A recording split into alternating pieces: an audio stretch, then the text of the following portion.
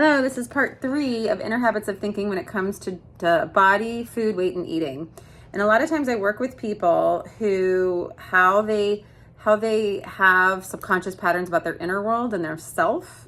There's a measure that we can look at on how you can perceive your infinite worth and your uniqueness as a human. Each single person has infinite value. They're extremely unique. And can you actually think that about yourself? And a lot of times I work with people who are not comfortable in their body. And maybe it's short-lived, long-lived, or wherever it's lived, the length of time. And there's 5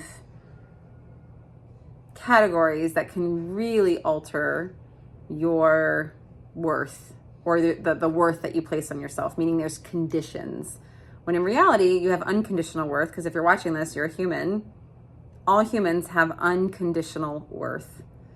So if you've been through one of these 5 things, you typically have a risk of believing that your worth is conditional. So 1, there's unmet expectations.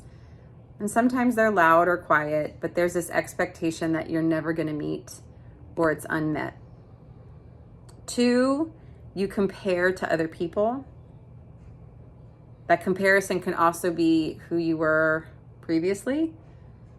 3, a traumatic event that can definitely alter your worth depending upon the trauma. 4, any sort of secret that you might be keeping, and this could be really close to home. Maybe nobody knows, maybe one person knows, but if you're having any secrets. And then 5, your primary focus is on doing rather than being. We are human beings and we're meant to be in our body. And so if your health is mostly focused on transactional tasks, you're going to lack the ability to actually be in your body.